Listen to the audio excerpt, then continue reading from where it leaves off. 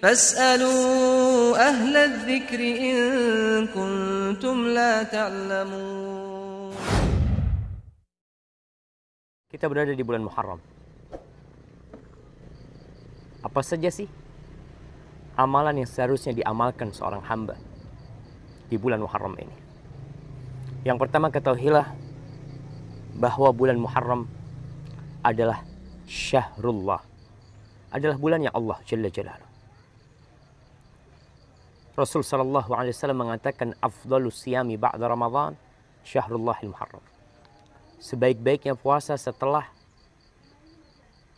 bulan Ramadan adalah berpuasa di bulan Allah, yakni bulan Muharram. Perbanyaklah puasa di bulan Muharram ini. Kemudian ada hari yang spesial di bulan ini, tanggal 10, di mana disebut dengan Ashura. Pada hari itu Allah menyelamatkan Musa dari kejaran Fir'aun bersama Bani Israel. Dan pada hari itu Allah Jalla Jalaluh menunjukkan kebesarannya. Dibelahnya lautan, ditenggelamkannya Fir'aun dan bala tentaranya.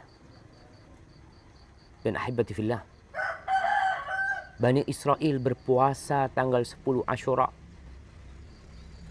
sebagai bentuk syukur kepada Allah atas nikmat yang diberikan. Dan Rasulullah SAW di awal Islam memerintahkan kepada para sahabatnya untuk berpuasa di Ashura. Dan untuk menyelisih orang Yahudi, beliau ingin berpuasa tanggal 9-nya. Maka jangan lupa untuk berpuasa tanggal 9 dan 10 Muharram ini, dengan harapan dosa 1 tahun diampuni oleh Allah Jalla Jalaluh. Amalan yang kedua yang perlu diamalkan oleh kita di 10 Muharram ini, salah satunya adalah meluaskan, melapangkan nafkah buat keluarga. Berdasarkan hadis Nabi alaihi salatu wassalam, di mana Nabi sallallahu alaihi wasallam mengatakan, "Man wassa'a ala iyalihi yawma Ashura, lam yazal fi sa'atin sa'ir sanati." Barang siapa yang melapangkan nafkah buat keluarganya pada hari Ashura, maka Allah akan melapangkan bagi dia sepanjang tahun. Allah akan melapangkan bagi dia sepanjang tahun. Yang jadi masalah, hadis ini diperselisihkan keabsahannya oleh para ulama. Di antara mereka ada yang mensahihkan dan sebagian di antara mereka mendhaifkannya. Al-Munawi rahimahullahu ta'ala dalam kitabnya Faidul Qadir mengatakan, qala Jabir as-sahabi, jarrabnahu fawajadnahu sahihan. Kita sudah mencobanya, mempraktekannya, dan kita dapatin itu benar, kata dia. Dan Ibnu Uyainah mengatakan jarrabnahu 50 atau 60 sanah.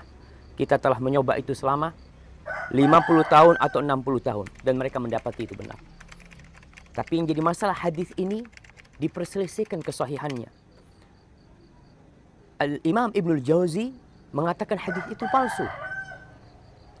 Namun Ibnu Hajar Al-Asqalani mengkritisi hukum yang diberikan oleh Ibnul Jauzi, dan dia mengatakan tidak seperti yang dikatakan olehnya. Dan dari 4 mazhab, mereka berpendapat bahwasanya meluaskan nafkah pada hari Ashura termasuk disunnahkan. Wallahu a'lam bishawab. Tapi sebagaimana tadi yang kita sampaikan, adanya perbedaan pendapat di antara para ulama. Amalan yang ketiga adalah memperbaharui taubat. Namun ini pun diperselisihkan kesahihan hadisnya.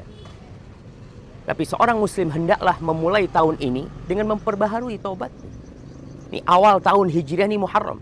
Perbanyak taubatnya, sepanjang masa kita bertaubat.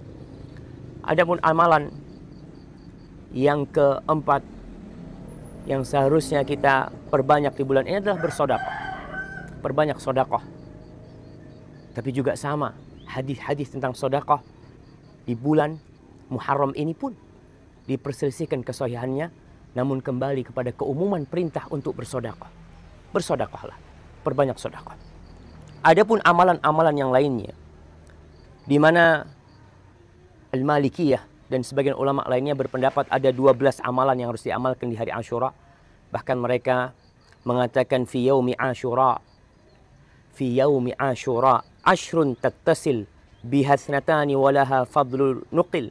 Sum salli sil zur aliman waqtahil ra'sal yatim imsah tasaddaq waghtasil wassi 'alal iyali qallim dhafara wa suratal ikhlasi qul alfan tasil. Disebutkan ada 12 keutamaan tentang hari Asyura ini. Namun 4 tadi yang mungkin bisa kita amalkan. Puasa, hadisnya sahih. Melampangkan nafkah buat keluarga, hadisnya diperselisihkan. Sedekah dan taubat pun kita laksanakan sepanjang tahun. Adapun dalam ucapan ini disebutkan 12 amalan. Yang pertama adalah berpuasa, memperbanyak ibadah sholat, silaturahim dengan keluarga dan famili, berziarah ke ulama, menyungguh orang sakit, memakai celak, mengusap kepala anak yatim, bersedekah kepada fakir miskin, mandi, membuat menu makanan keluarga yang istimewa, memotong kuku, membaca surah Al-Ikhlas sebanyak 1000 kali. Amalan-amalan yang lainnya tidak diriwayatkan dalam hadis yang sahih, sehingga kita cukup 4 mengamalkannya. Mengusap anak yatim, membantu anak yatim, lakukan sepanjang tahun. Ada satu amalan yang biasa dilakukan oleh orang-orang Syiah. Sepanjang tahun di hari Asyura, mereka mengadakan perayaan kesedihan atas kematian Husain. Kita semua sedih dengan kematian Husain.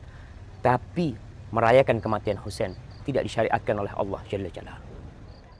Itu yang bisa Anda sampaikan. Jangan lupa nih, puasa Asyura 9, 10, dan sepanjang bulan. Yang penting tidak penuh puasa di bulan Muharram. Barakallahu fikum. Assalamualaikum.